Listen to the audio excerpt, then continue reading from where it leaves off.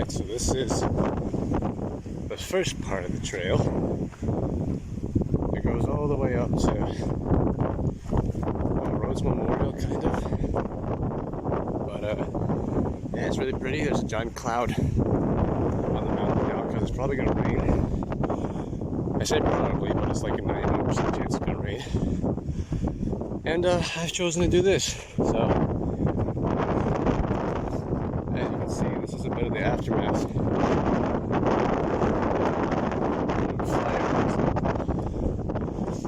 All these dead trees and the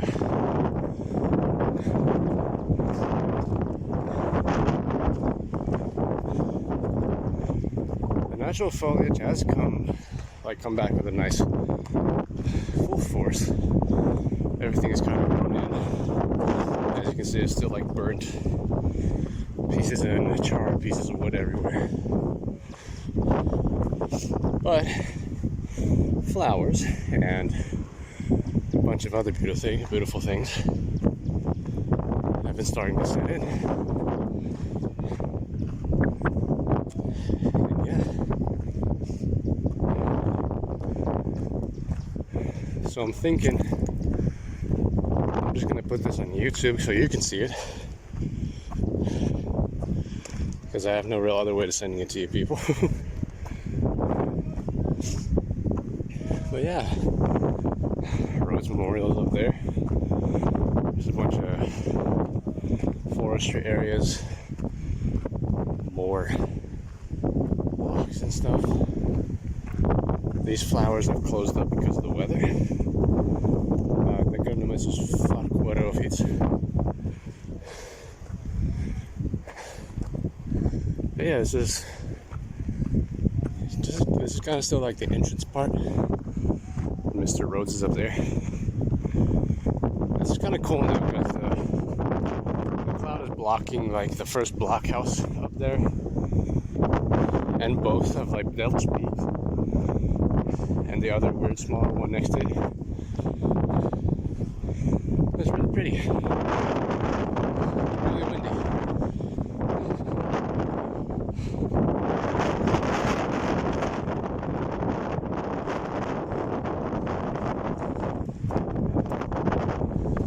This is the main trail part.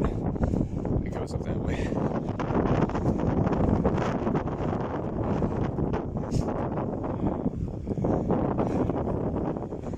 I think this fence will just stand up because I'm going to clean up this side. This side is just like very dense. That is not much you can do here.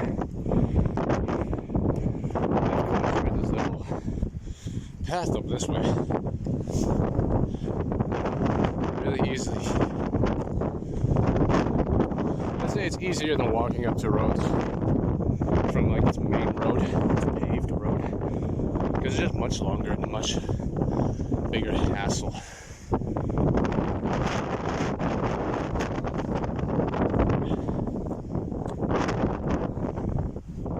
Last time I was up here, I saw this little guy. I can't really tell you what it's playing. It does look pretty cool. The leaves are so small.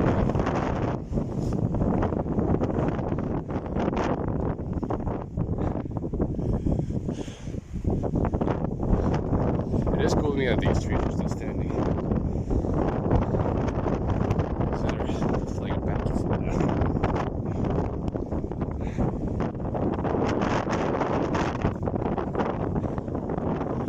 Yeah, it's pretty nice.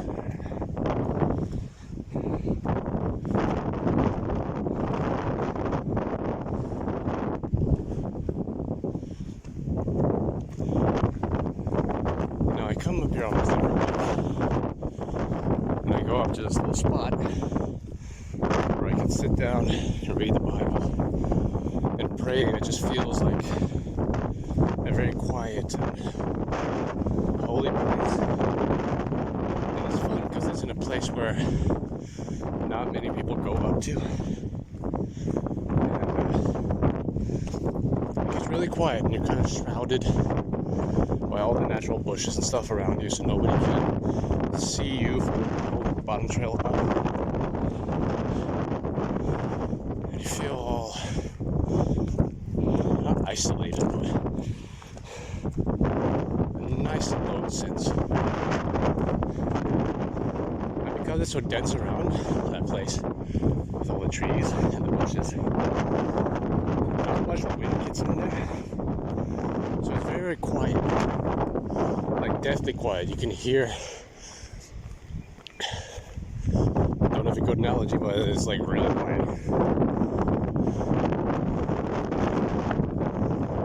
And all everything else you can hear is just the birds and the squirrels and a bunch of other little stuff just like scurrying around. Oh.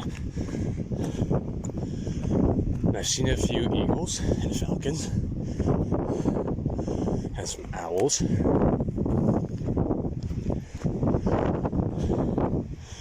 So every day is a new adventure.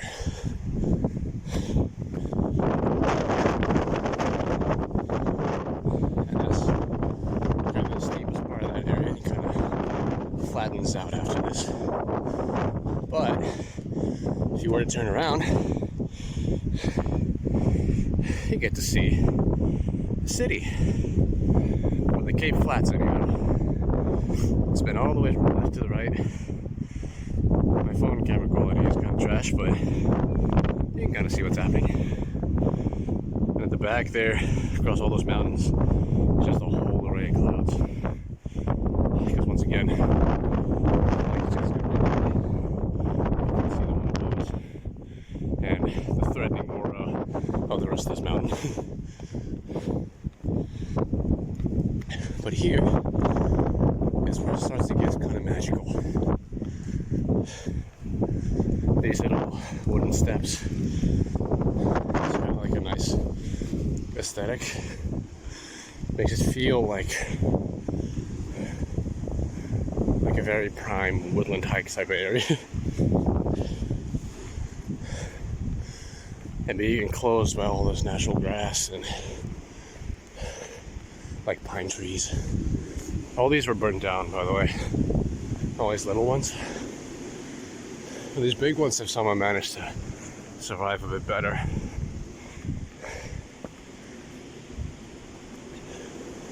It's really nice.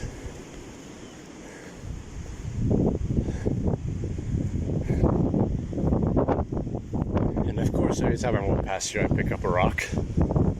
I have this thing where I pick up a rock each day and I play around with it a little and then just kind of collect it and keep it in my dorm room until eventually I go back home and I throw all of them in like the garden near where I live. And then each time I come back, the pile gets bigger and bigger and bigger, and it kind of sees how many days I've been there.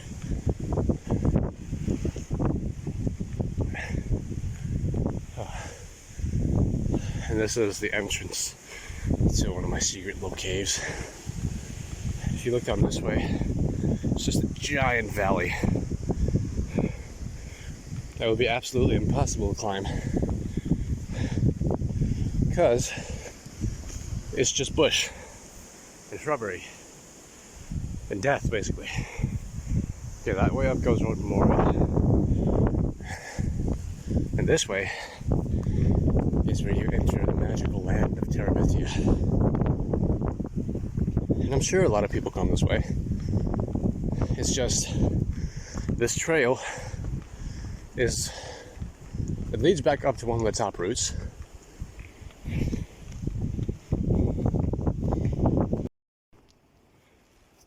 And then it only goes slightly up.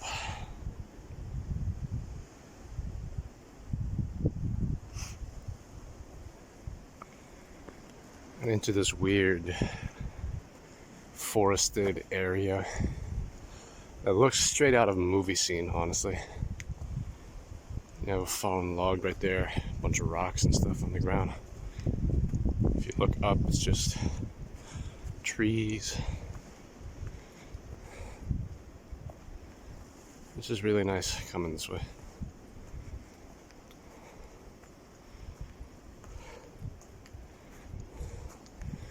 This is a burnt log that fell down this way. You have to step over that. And there's a little rock pile that someone started, and I've kind of just been adding to it.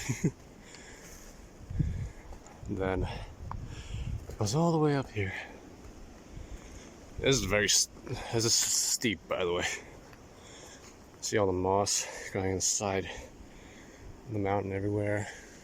It's gigantic trees, awesome bushes and stuff.